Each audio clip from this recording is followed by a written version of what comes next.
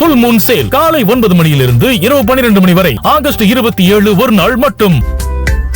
நாம் பார்க்கக்கூடிய இந்த புகைப்படம் நேபாளத்துக்கு புனித யாத்திரை போயிருந்த தமிழர்களில் சேஃபாக இருக்கக்கூடிய 20 தமிழர்களுடைய புகைப்படத்தை தான் நம்ம பார்த்துட்ருக்கோம். இது தொடர்பான விவரங்களோடு இணைகிறார் செய்தியாளர் பாரதிராஜா. பாரதிராஜா வணக்கம். 20 பேர் சேஃபாக இருக்காங்க அப்படின்ற ஒரு ஃபோட்டோவோட நாம் உறுதிப்பட பார்க்குறோம். இப்போ இந்த 20 பேர் எங்கே இருக்காங்கன்ற டீட்டெயில்ஸ் இருக்கா? அவங்க அடுத்த கட்டமாக தமிழகத்திற்கு கூட்டு வரக்கான நடவடிக்கை என்ன இந்தியாவுக்கு? கண்டிப்பாக இந்த தமிழகத்தின் கும்பகோணம் டிராவல் ஏஜென்சி மூலியமா 57 பேர் போனாங்க இல்லையா, அதுல 20 பேர் பாதுகாப்பா இருக்காங்க அப்படின்ற தகவல், நேபாள ராணுவ முகாம்ல இருக்காங்கன்ற தகவல் வந்துருச்சு இல்லையா. அந்த 20 பேரை தான் நம்ம புகைப்படங்கள்ல பார்த்துட்டு இருக்கோம். இந்த புகைப்படங்கள்ல இருக்கக்கூடிய நபர்கள் யார் யார் அப்படின்னு கேட்டீங்கன்னா, சிவரஞ்சனி, கற்பகம், மாறன், சாந்தி, முத்துக்குமரேசன், நவோ கபீர்தாஸ், விஜய புவனேஸ்வரி, மைதிலி, தியாகராஜன், கிருபாஹரி, வள்ளி நாயகி, சந்தியா, புஷ்பராணி, கனகசபை, ராதை, ரத்னகுமார், பூங்குழலி, பழனியப்பன், மணிமேகலை, முருகானந்தம். இவங்க 20 பேர் தான் பாதுகாப்பா இருக்கிறதா தகவல் தெரிவிச்சிருக்காங்க. இவங்க அனைவருமே நேபாளத்தில் இருக்கக்கூடிய ராணுவ முகாம், அதாவது இந்த இயற்கை பேரிடர் எங்க நடந்துச்சோ அதற்கு அருகில் இருக்கக்கூடிய ராணுவ முகாம்ல தங்க வைக்கப்பட்டிருக்காங்க, பத்திரமா தங்க வைக்கப்பட்டிருக்காங்க என்ற தகவலை நேபாள ராணுவம் உறுதி செய்திருக்கிறது. அவர்களை இந்த மீட்பு பணிகள் நடந்துட்டு இருக்கு இல்லையா, இந்த பணிகள் கொஞ்சம் முடிந்த பிறகு அவர்கள் பாதுகாப்பான நகருக்கு அழைத்து வரப்பட்டு அங்கிருந்து இந்தியா அழைத்து வரப்படுவார்கள் என்ற தகவலானது தெரிவிக்கப்பட்டிருக்கிறது. இந்த தகவலை நமக்கு இவங்கெல்லாம் பாதுகாப்பா இருக்காங்க அப்படின்னு உறுதி பண்ணியிருக்கிறது யார் அப்படின்னு பாத்தீங்கன்னா, கும்பகோணம் வட்டாட்சியர் அவர்கள் பெயர் விவரங்களை நம்ம கிட்ட கொடுத்து இவங்க அனைவரும் பத்திரமாக இருக்காங்க அப்படின்னு போட்டோவோட நமக்கு தகவலை பகிர்ந்திருக்காங்க. இதே போல ஒவ்வொரு அப்டேட்டும் நம்ம ஏற்கனவே சொல்லியிருந்தோம் இல்லையா, நம்ம அரசாங்கத்துடன் தொடர்ந்து அதிகாரிகளுடன் பேசிக்கிட்டே இருக்கோம், என்னென்ன அப்டேட் வருதுன்னு கேட்டுட்டே இருக்கும். இப்போ வந்திருக்கிற அப்டேட் இது. இவர்கள் பாதுகாப்பாக இருக்கக்கூடிய நபர்கள் யார் யார் அப்படின்ற பெயர் விவரங்களோட அவரோட புகைப்படங்களோட நம்ம கொடுத்திருக்கோம். அடுத்த கட்டமாக மீதமுள்ளவர்களின் நிலைமை என்ன அப்படின்ற விவரங்களையும் நம்ம தொடர்ந்து சேகரிச்சுட்டு இருக்கோம். அதே போல தமிழர்களை தாண்டி இந்தியர்கள் இருக்காங்க 105 பேர். அந்த 57 தாண்டி மிச்சம் இருக்கக்கூடிய அந்த 48 பேர் இருக்காங்களே, அவங்க எந்தெந்த மாநிலத்தை சேர்ந்தவர்கள் அப்படின்ற ஒரு விஷயத்தை ட்ராக் பண்ணிட்டு இருக்கோம். அது மட்டும் இல்ல, இங்க நேபாளத்தில் ஏற்பட்ட அந்த வெள்ளப்பெருக்கின் காரணமாக பீகார், யூபி இந்த பகுதிகளிலும் வெள்ளப்பெருக்கு, அங்க இருக்கக்கூடிய அந்த நதிகளில் வெள்ளப்பெருக்கு ஏற்பட வாய்ப்பு இருப்பதாக ஒரு தகவல் வந்திருக்கு. ஏற்கனவே பீகார்ல இருக்கக்கூடிய அந்த நதிகளின் நீர்மட்டமானது அதிகரிக்க தொடங்கி இருக்கிறது அப்படின்ற தகவல்லாம் கூட வந்துட்டு இருக்கு.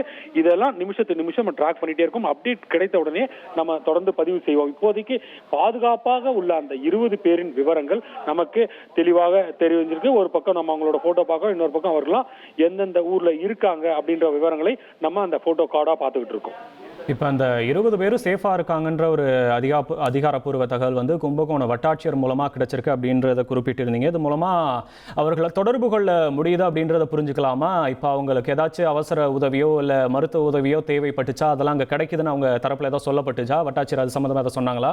வரும், நீங்க ஒண்ணு புரிஞ்சுக்கணும். இந்த போன்ற இயற்கை பேரிடர் ஏற்படும் நேரங்கள்ல அங்க இருக்கக்கூடிய மின்கம்பங்கள் பழுதடைஞ்சிருக்கும், தொலைத்தொடர்பு சாதனங்கள் பாதிக்கப்பட்டிருக்கும். இது போன்ற சூழலால் அவர்களை உடனடியாக தொடர்பு கொள்ள முடியாது. இப்ப ராணுவமே கூட அவங்க வச்சிருப்பாங்க, சேட்டலைட் போன்ஸ் இருக்கும் அவங்க கிட்ட. அதே போல வாக்கி டாக்கிஸ் இருக்கும், குறைந்த தூரத்தில் தொடர்பு கொள்ளக்கூடிய வாக்கி டாக்கிஸ் இருக்கும். ஸோ அதுக்கான ஃப்ரீக்வன்சி இதெல்லாம் சேட்டலைட்டோட டைரக்டா கனெக்ட் ஆயிருக்கும். அப்படின்னால அவங்க அந்த ரேஞ்சுக்குள்ள இந்த விஷயங்கள் நடந்திருக்கு அப்படின்னு தகவலை பகிர்ந்து அது அரசுக்கு தெரிஞ்சு சம்பந்தப்பட்ட நபர்களுக்கு அது தெரிவிக்கப்படும். அந்த முறையில தான் இப்போதைக்கு நடந்திருக்கு.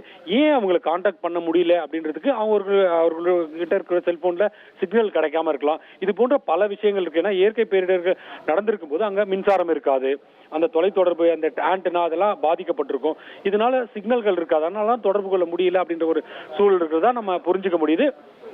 இருப்பினும் இது அனைத்து சரி செய்யப்பட்டு அவங்க ஒரு சேஃபான, அதாவது இப்ப ராணுவ முகாம்ல இருக்காங்களே அங்கிருந்து ஒரு சிட்டிக்கு அழைச்சு வந்துட்டாங்கன்னா அடுத்து டிராவல் பண்ணக்கூடிய இடத்துக்கு அவர்கள் அழைத்து வரப்பட்டு விட்டால் அப்புறம் இந்த பிரச்சனையே இருக்காது, அவங்களை எளிதாக தொடர்பு கொள்ள முடியும். அதை கூட அவங்கள தொடர்பு கொள்ளும் முயற்சியில் கூட நம்ம தொடர்ந்து ஈடுபட்டு இருக்கோம். வரும் அவர்களை தொடர்பு கொள்ளும் போது அவர்களுடைய நேரடிய விவரங்கள் கூட, அவர்கள் அங்க என்ன மாதிரியான பிரச்சனை நடந்தது அப்படின்றத நேரடி கள தகவல்களை இன்னும் ஸ்பாட்ல அவங்களுக்கு என்ன மாதிரியான விஷயங்கள் நடந்தது அப்படின்றத கூட நம்ம தெளிவா அவங்க கிட்ட கேட்டு பெறலாம்.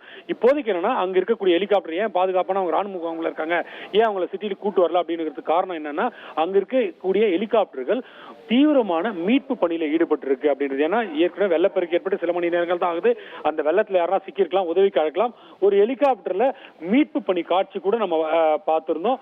அந்த மீட்பு பணி மீட்பு பணியில ஹெலிகாப்டர் ஈடுபட்டிருக்க அந்த காட்சிகள்லாம் இருக்கு இல்லையா, அந்த காட்சிகளை கூட நம்ம பார்த்திருந்தோம். எனவே இந்த போன்ற ஹெலிகாப்டர் மீட்பு பணியில இருக்கும்போது இவர்களை அங்க இப்ப ஏற்கனவே பாதுகாப்பா தான் இருக்காங்க, இவங்க உடனடியாக வீட்டுக்கு அனுப்பணும் அவசியம் கிடையாது. பாதுகாப்பாக இருக்கக்கூடியவர்களை விட்டுவிட்டு யாரெல்லாம் மீட்க முடியும் அதுல கவனத்தை செலுத்தணும் அப்படின்றதுலதான் அங்குள்ள ராணுவம் ஈடுபடுவாங்க. அந்த வகையில இப்போதைக்கு அங்க மீட்பு பணியில ராணுவம் இருக்கு. கொஞ்சம் இருட்டிட்டா அந்த மீட்பு பணியில இருந்தா சின்ன பிரச்சனை ஏற்படும், இருட்டிருச்சு பண்ண முடியாது அப்படின்ற ஒரு சூழல் இருக்கும்போது இவர்களை பாதுகாப்பாக அங்கிருந்து ராணுவ முகாம்ல, ஏன்னா ராணுவ முகாம்ல ஒரு ஏதாவது மின்சாரம் இல்லைன்னா கூட தற்காலிக ஏற்பாடுகள் அவங்களுக்கு எமர்ஜென்சி லைட்ஸ் இருக்கும், அது ஜெனரேட்டர் இருக்கும்.